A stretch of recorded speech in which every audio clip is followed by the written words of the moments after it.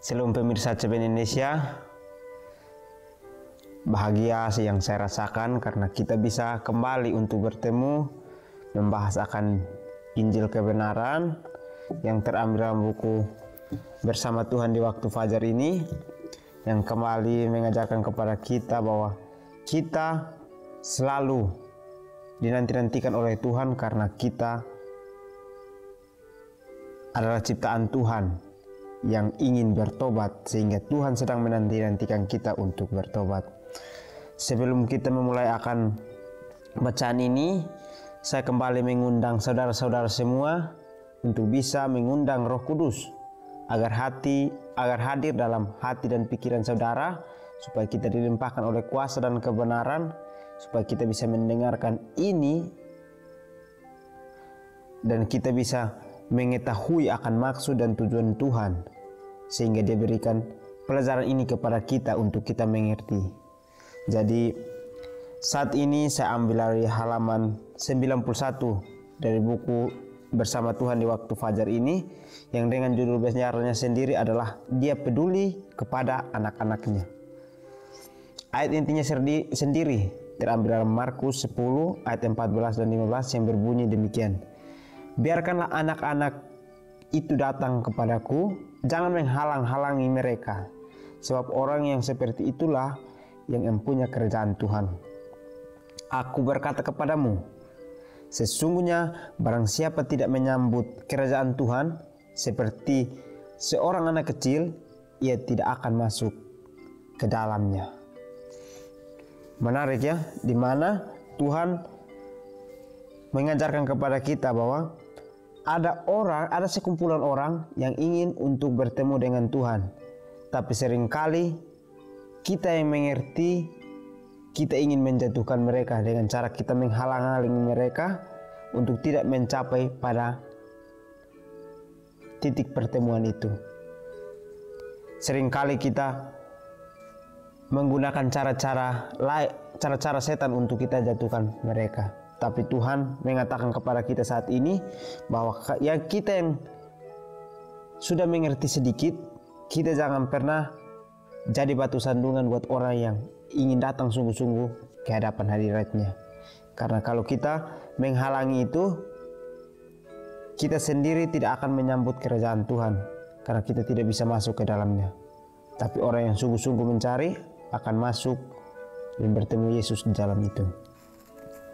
Sekarang ini Yesus adalah juru selamat yang belas kasihannya sama seperti waktu Ia berjalan di antara manusia. Dia suka menolong ibu-ibu pada zaman ini, seperti ketika Ia mengumpulkan anak-anak mereka di Yudea dan memeluknya. Anak-anak buah hati kita ditebus dengan darahnya seperti anak-anak zaman dahulu. Ketika Yesus menyuruh murid-muridnya supaya tidak menghalang-halangi anak-anak itu datang kepadanya, Ia juga berbicara kepada para pengikutnya sepanjang zaman, yaitu kepada para pemimpin agama, ulama, pembantu, dan semua pengikut Tuhan. Jadi di sini dicontohkan seperti anak-anak Yudea, yang dimana Tuhan sendiri menolong ibu-ibu yang mempunyai anak-anak di Yudea ini, karena anak-anak ini sangat ingin untuk bertemu dengan Yesus, sehingga Tuhan menolong akan ibu-ibu ini dengan cara merangkul anak-anak tersebut. Tapi seringkali kita sebagai umat yang percaya kepada Tuhan, kita melihat dengan mata dunia kita bahwa mereka tidak cocok untuk berada di samping Tuhan atau di pangkuan Tuhan, sehingga kita sering menghalangi mereka, ingin menjauhkan mereka dari Tuhan. Tapi saat ini kita diajarkan bahwa Tuhan sendiri mengasihi mereka dengan cara Dia menolong ibu-ibu itu yang mempunyai anak dan menerima anak-anak dari Yudea itu, sehingga Dia memeluk mereka dengan kasih dan cinta. Karena belas kasihan Dia punya, Dia mengasihi sangat anak kecil, dan juga Dia memberikan contoh kepada kita bahwa anak kecil adalah contoh paling sempurna untuk kita contohi, karena mereka tidak pernah memikirkan sesuatu untuk melakukan kebaikan. Karena kita sebagai orang-orang dewasa, kita selalu berpikir ke depan bahwa akan ada balasan atau tidak. Tapi anak-anak kecil, mereka memberi begitu saja tapi tidak pernah meminta kembali akan imbalan itu. Marilah kita contoh kepada anak kecil, karena Tuhan sangat mencintai anak kecil. Maka marilah kita mencontohi perilaku anak kecil. Jangan sesekali kita merasa ditindas sebagai anak kecil, tapi karena itu kebenaran yang ada, kita harus terima itu.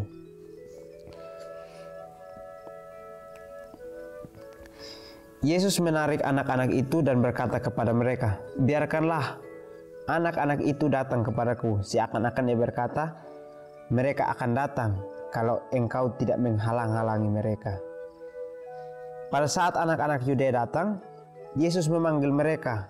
Terus dia berkata kepada mereka dengan kata, "Biarkanlah anak-anak itu datang kepadaku." Dengan harapan dia bahwa anak-anak itu akan mendengar kata-kata dia dan mereka akan datang. Sehingga mereka yang mendengar itu diajarkan kepada mereka juga bahwa jangan pernah kita menghalang-halangi orang yang ingin datang kepada Tuhan. Kalau kita menghalangi, berarti kita sendiri yang menjatuhkan diri kita ke dalam dosa. Karena kita tidak mau orang bertemu dengan Tuhan. Sedangkan kemauan Tuhan adalah kita semua harus diselamatkan. Tidak terkecuali satupun. Mau kaya mau miskin, tetap semua harus diselamatkan. Itu yang dimaksud oleh Tuhan. Tapi seringkali kita melihat dengan mata dunia kita bahwa orang ini tidak pantas dan kita harus halangi. Itulah yang selalu kita pikirkan dalam pikiran kita. Tapi kembali lagi, saat ini kita diajarkan bahwa kita jangan pernah menghalangi orang yang ingin datang kepada Tuhan. Dan juga kita sendiri, kalau kita ingin mengikuti Tuhan, kita jangan terhalang oleh karena keinginan daging kita. Kalau kita terhalang oleh keinginan daging kita, maka kita sendiri menghalang-halangi akan kehidupan kita yang ingin untuk hidup bersama dengan Tuhan. Jadi kuasa Tuhan diberikan kepada kita untuk meminta hikmat apa yang terbaik untuk kita lakukan. Jangan kita menerima kuasa terus kita melakukan hal-hal yang tidak baik. Karena kuasa itu semakin lama kita lakukan kuasa kejahatan, maka kuasa kebenaran itu akan hilang dari dalam diri kita sendiri. Janganlah tabiatmu yang tidak menyerupai tabiat Kristus itu salah menyatakan Yesus. Dan juga kita sebagai manusia mempunyai dua ciri-ciri. Satu, mempunyai tabiat yang menyerupai Kristus, dan juga satu, yaitu mempunyai tabiat tapi tidak menyerupai akan tabiat Kristus.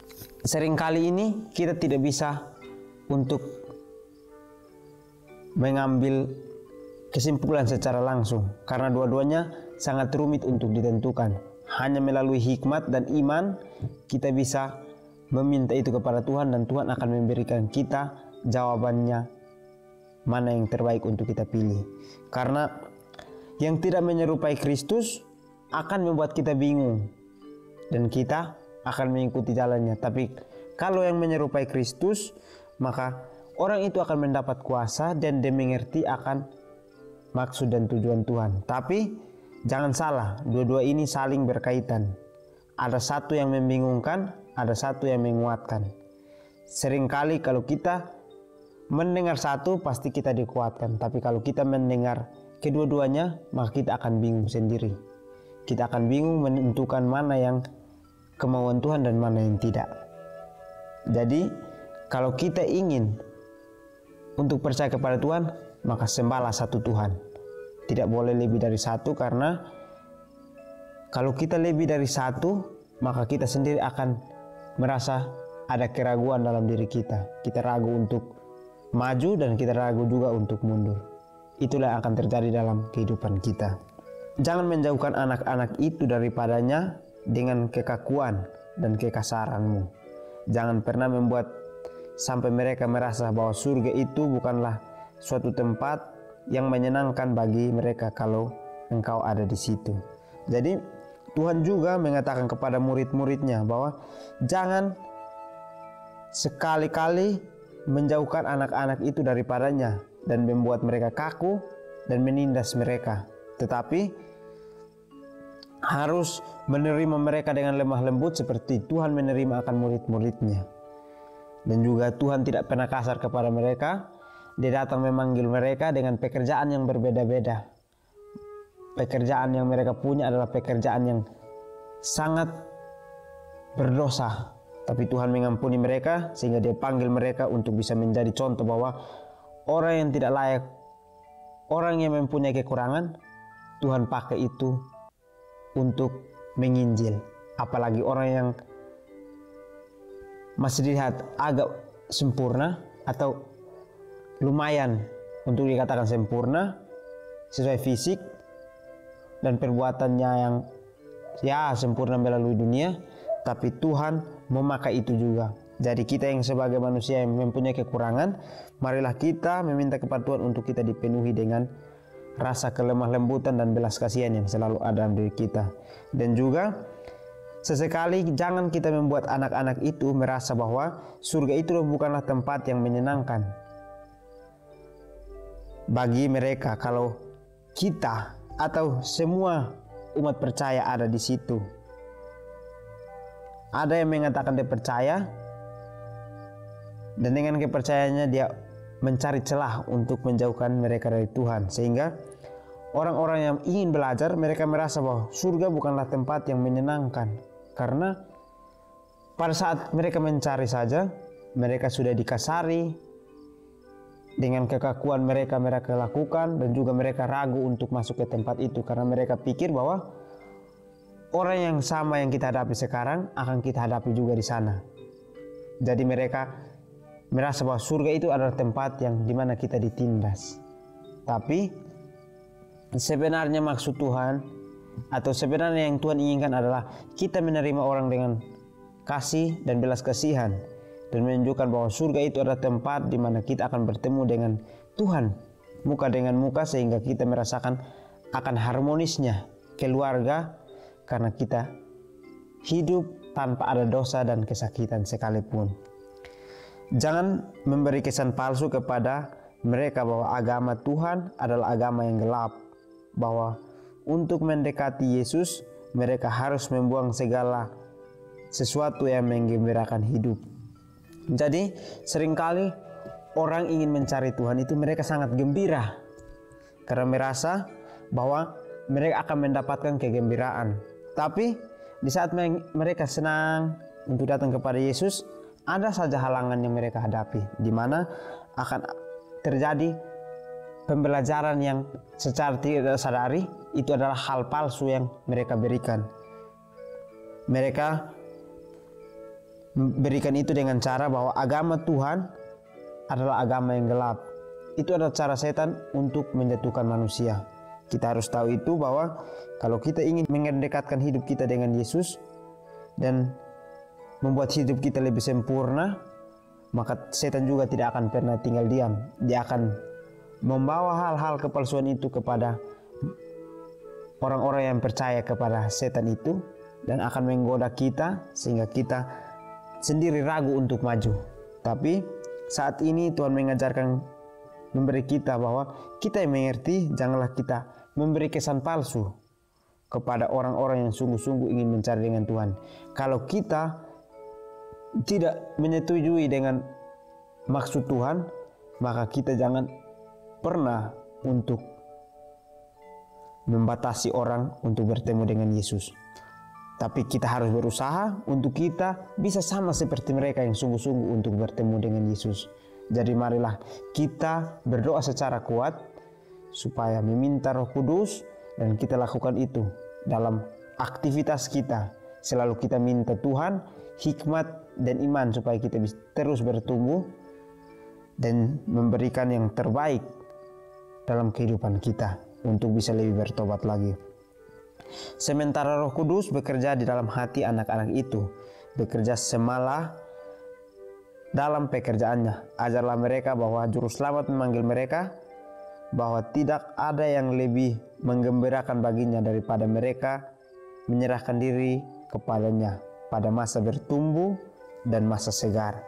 Menarik ya, di sini Meskipun ada godaan dan keraguan yang kita hadapi, tapi Tuhan mengirim Roh Kudus itu untuk bekerja dalam hati kita sebagai anak-anak percaya, bahwa kita harus diajarkan bahwa Juru Selamat memanggil kita, bahwa tidak ada yang menggembirakan baginya daripada mereka menyerahkan diri kepadanya dan masa bertumbuh dan masih segar. Di sini dikatakan bahwa contohnya seperti kalau kita masih muda, kita harus sungguh-sungguh untuk hidup dengan Tuhan, karena pada waktu kita masih segar, kita akan mengerti maksud dan tujuan Tuhan. Tapi kalau kita sudah lewat dari dewasa, maka kita akan mengeraskan hati kita sehingga kita tidak mau mengerti akan maksud dan tujuan Tuhan. Dengan kelemah lembutan, abadi Juru Selamat menghargai jiwa-jiwa yang telah dibeli dengan darahnya. Mereka adalah tuntutan darinya.